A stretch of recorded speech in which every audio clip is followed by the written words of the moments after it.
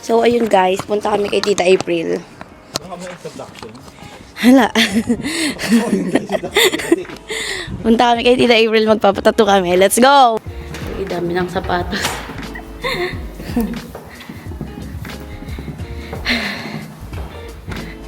Kinakabahan ako.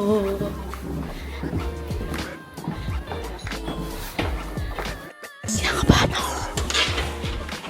Saba? Saan? Sa Aurora, sa likod. Saan? Patingin mo sa vlog? Sige. Saan muna? Ang ganda-ganda nga yun. Yes. Ito isa, menu. Support na lang ako, te. Ba't kayo nandito, guys? Nakikichismis. Panunurin pa ano ang tato.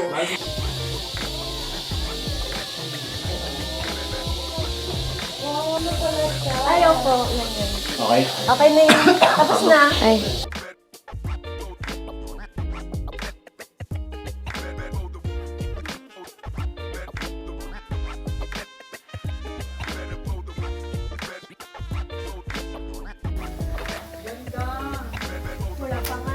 Okay, man.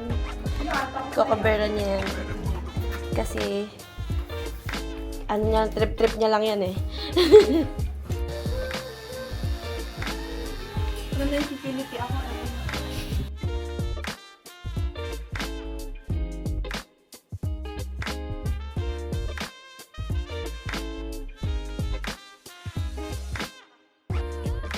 Wala na ba? YouTuber.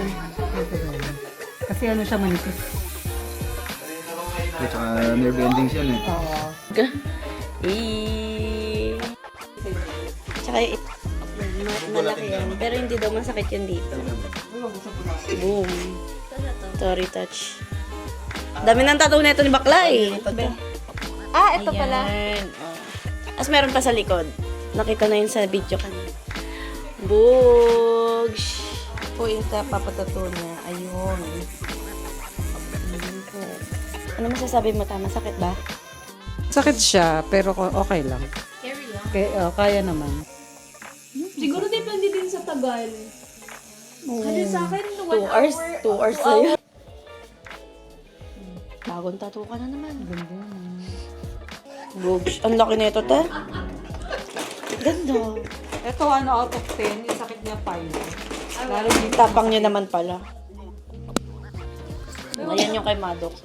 In this life, Tapos kanya in this life Ang din. ganda! Wala pa. Nakabahan ka? Ba yan? Mas matagal pa ata akong tumae. Nakabahan ka? Di nga ni! Ito yung mga itsura.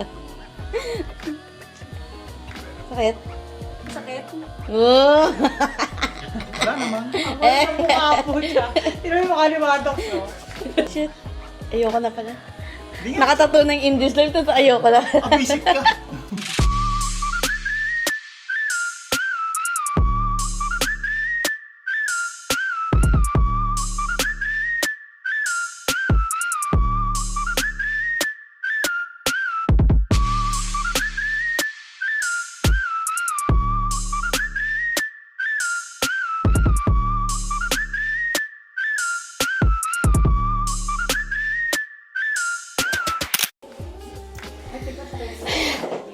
Nakabahan talaga.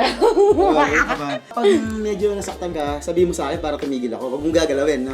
Kasi pag nasira yung lining, mahirap nang habulin yun. Ang kapalan mo lang, kuya, okay? Oo, kakapalang ka. Pusog dito.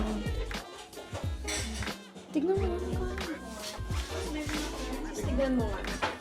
100 na yung picture ko dito. Nakabahan talaga ako. Sinabi ko, huwag mong galawin, ha? Huwag mong hilahin. Sabihin mo sa akin para hinto natin.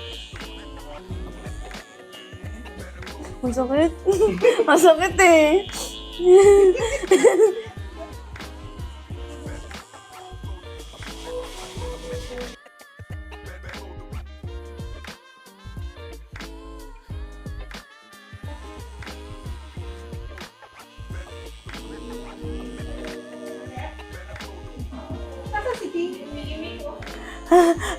Ang sakit. Masakit nga. Woo! Kala ko doon. What more pa yung kay Paul? Diyos ko, hindi ko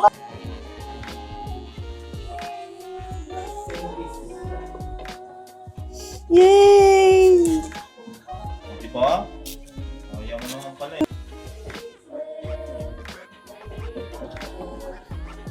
Oh, sana arm.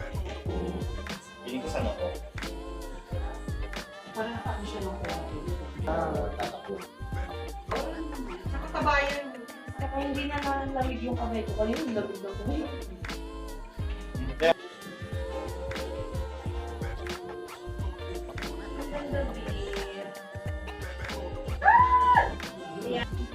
Dapat ba nakaganyan? Basta relax Para ka. na-stress. Yeah. Ay, dito girl ang sexy.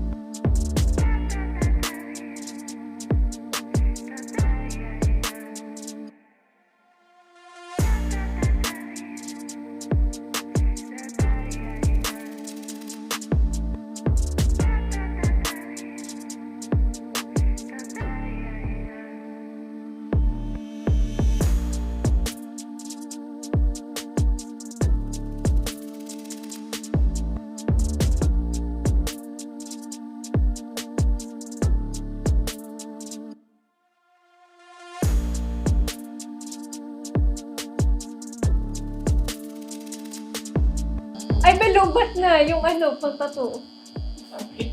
Binatapos. Volcan na lang daw yung Ay, shocking. Kala ko lubat nga. Ah, joke. Yun na nga yung sinasabi.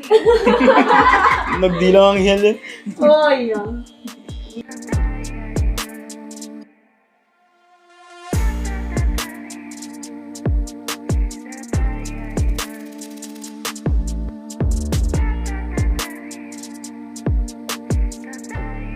Galarn. Pakifilter mo pa. Isan mo na lang, no? Ah, sanda lang. Naman, sabi ko, We made it! Ito din. Tapos yung talikod. Guys, this is the day 2 ng tattoo ko. So, this is the first tattoo that I got. Ito siya. Wait, i-zoom in ko. Wait. It's a couple tattoo. Yung isa kay Maddox, ano siya, ang nakalagay, in this life. Tapos yung sa akin, and the next. So, pag pinagtabi kami, in this life and the next. Ganun. Ang pain ko dito is 4 out of 10 as a first time tattoo experience. For sa back, medyo malaki siya. And I'll show you.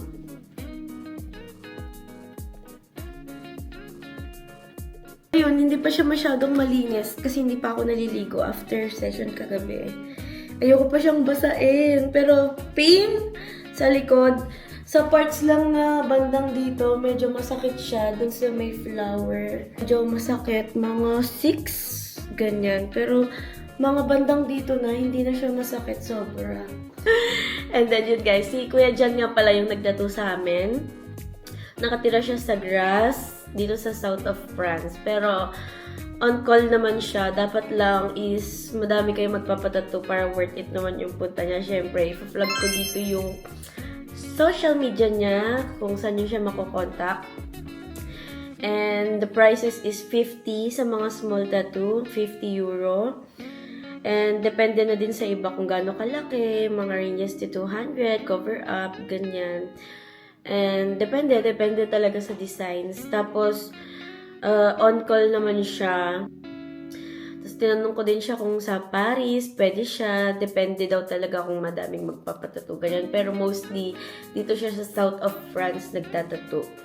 And minsan nagpaparaffle din siya dyan ng mga tattoos, ganyan. So, ang galing-galing niyang artist, ang gaan ng kamay.